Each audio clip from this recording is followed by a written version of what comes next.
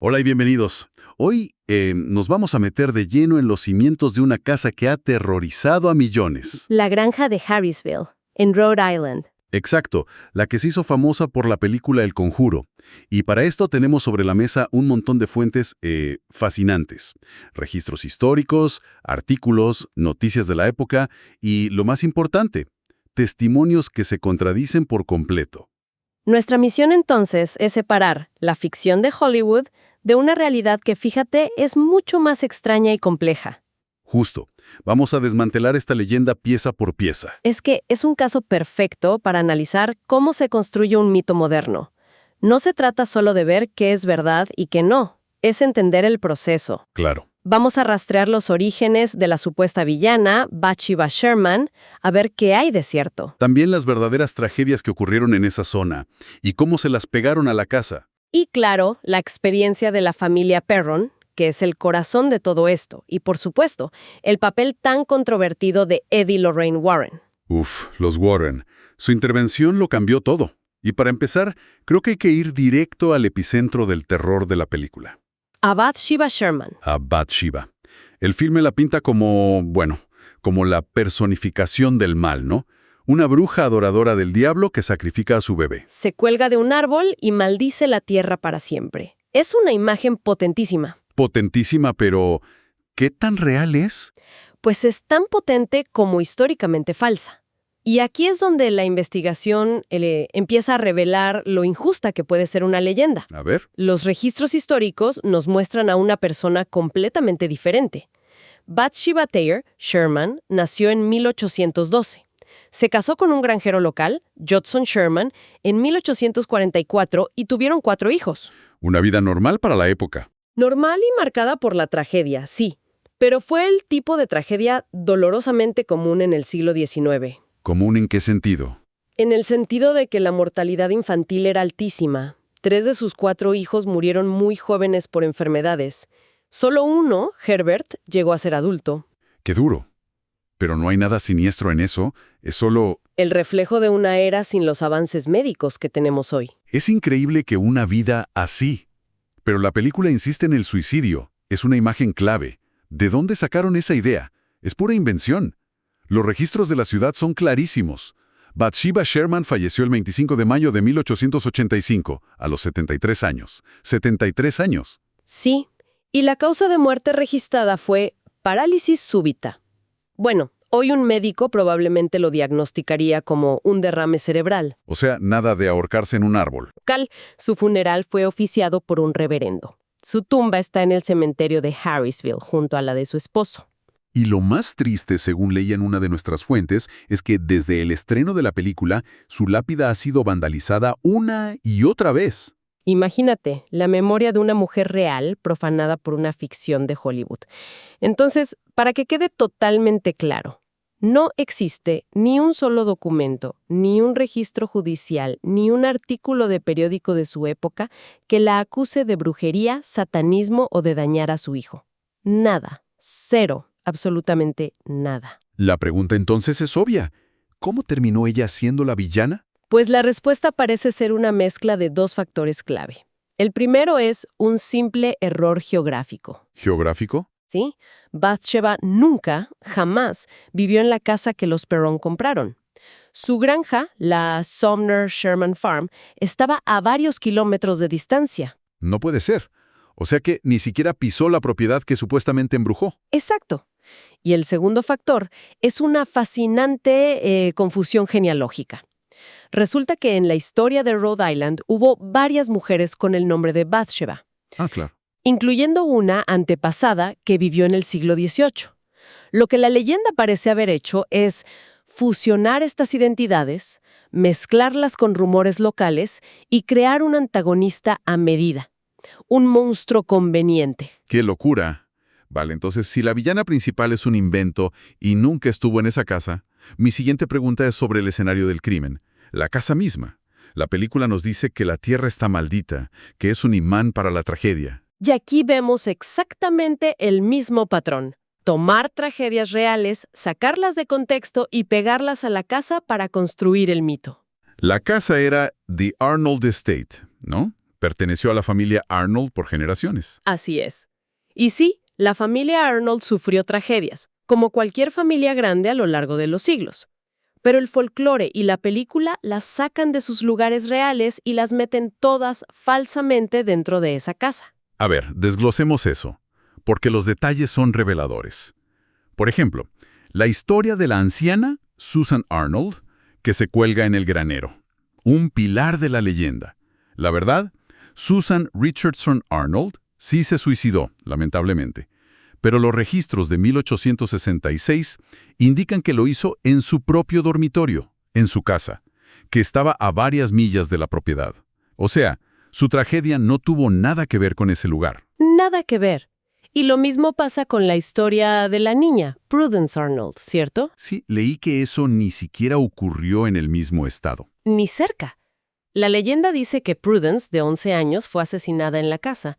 La realidad es que fue asesinada en 1849, sí, pero en Uxbridge, Massachusetts, a casi 15 kilómetros de distancia. Increíble. Fue un crimen terrible, sí, cometido por un hombre llamado William Knowlton, que no tenía ninguna conexión documentada con esa rama de la familia Arnold. Perdón que te interrumpa, pero es que cada pilar de la leyenda de la casa, uno por uno, se derrumba. ¿Hubo alguna muerte que sí ocurriera en la propiedad? Solo una.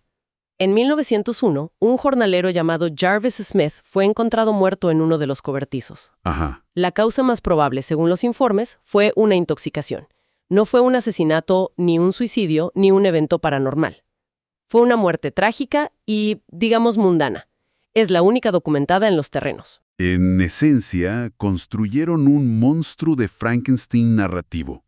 Tomaron pedazos de distintas tragedias reales de la comunidad y crearon una leyenda. Exacto.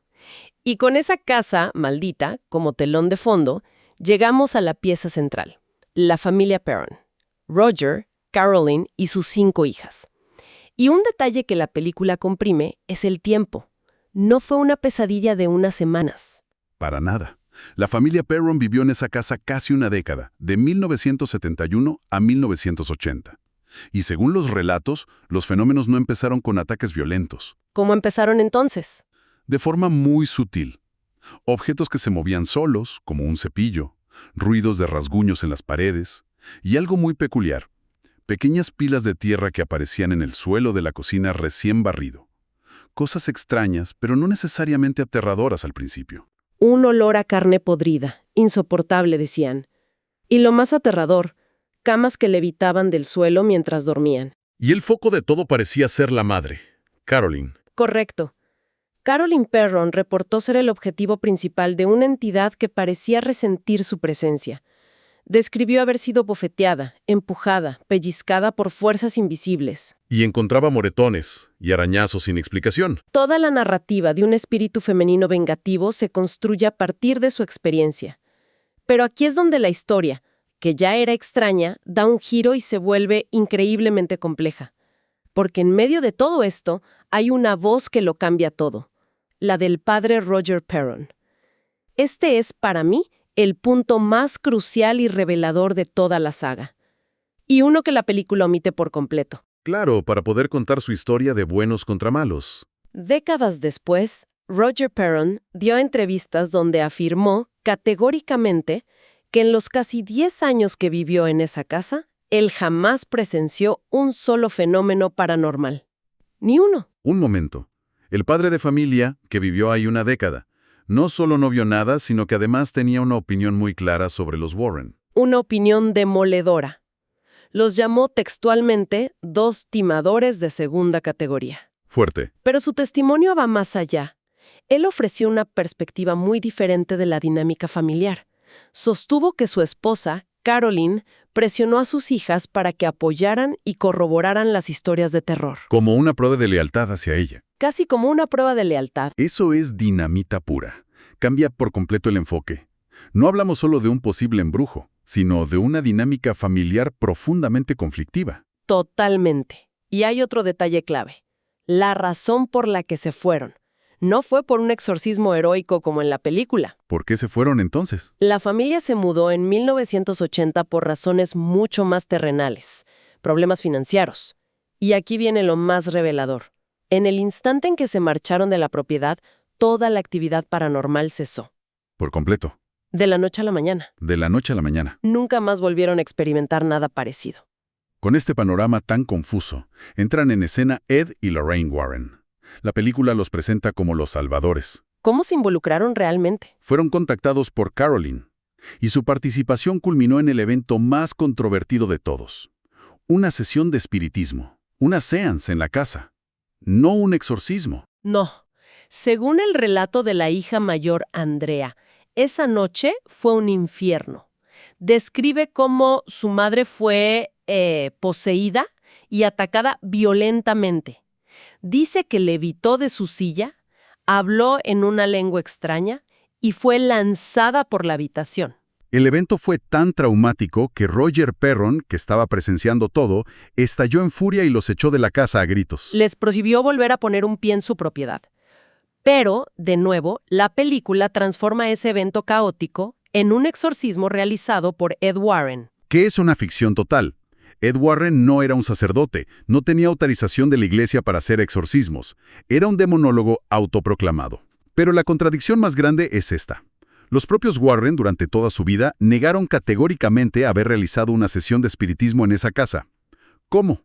Decían que era una práctica peligrosísima que ellos nunca emplearían. Así que tenemos un evento central, el clímax, con dos versiones irreconciliables.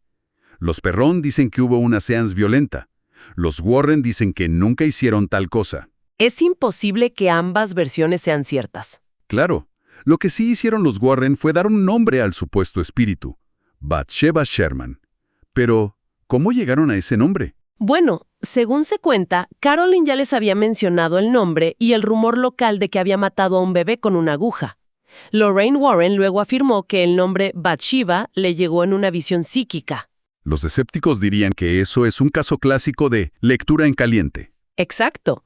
Usar información que ya te dieron para presentarla como una revelación paranormal. Entonces, ¿a qué conclusión llegamos? ¿Tenemos a una mujer inocente convertida en villana, una casa con una historia tergiversada, una familia con un testimonio fracturado? Y unos investigadores paranormales cuya intervención clave es un misterio en sí misma.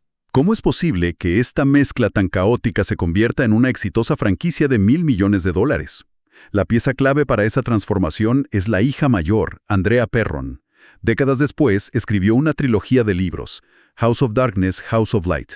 Y esos libros se convirtieron en la fuente principal para el guión de la película. Exacto.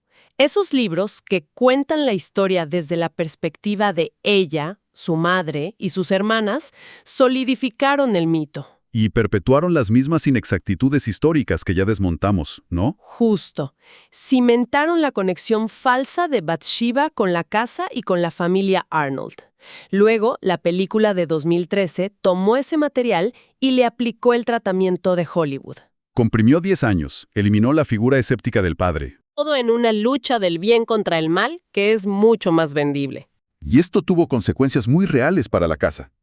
No se quedó solo en la pantalla. Para nada. La propiedad se convirtió en una especie de meca para fans del terror. La dueña durante muchos años, Norma Sutcliffe, sufrió un acoso constante. Gente invadiendo su propiedad, vandalismo, amenazas. ¡Qué pesadilla! Fue tal que ella misma se dedicó a investigar los registros históricos para desmentir públicamente las leyendas y proteger la memoria de personas inocentes como Bathsheba. Al final, la brecha entre la película y la realidad es un abismo. La historia real no es sobre un demonio. Es algo mucho más humano y, en cierto modo, más inquietante. Es la historia de cómo la memoria de una mujer del siglo XIX fue sacrificada para crear un monstruo. Es la historia de una familia que, sin duda, vivió algo traumático, pero cuyas dinámicas internas son la clave que la ficción ignora. Y de una comunidad cuyas tragedias fueron reempaquetadas y vendidas como entretenimiento. La historia real no es sobre fantasmas, sino sobre cómo el folclore, el trauma y el poder del marketing pueden crear un mito mucho más poderoso y persistente que la verdad. Y esto nos deja con una reflexión final. Si la propia familia afirma que todo se detuvo en el instante en que se fueron y el padre insiste en que nunca pasó nada, ¿hasta qué punto el poder de la sugestión y la tensión interna pueden generar un terror tan real como cualquier fantasma? Quizás el verdadero embrujo no estaba en la casa, sino en la historia que se contaron a sí mismos dentro de ella.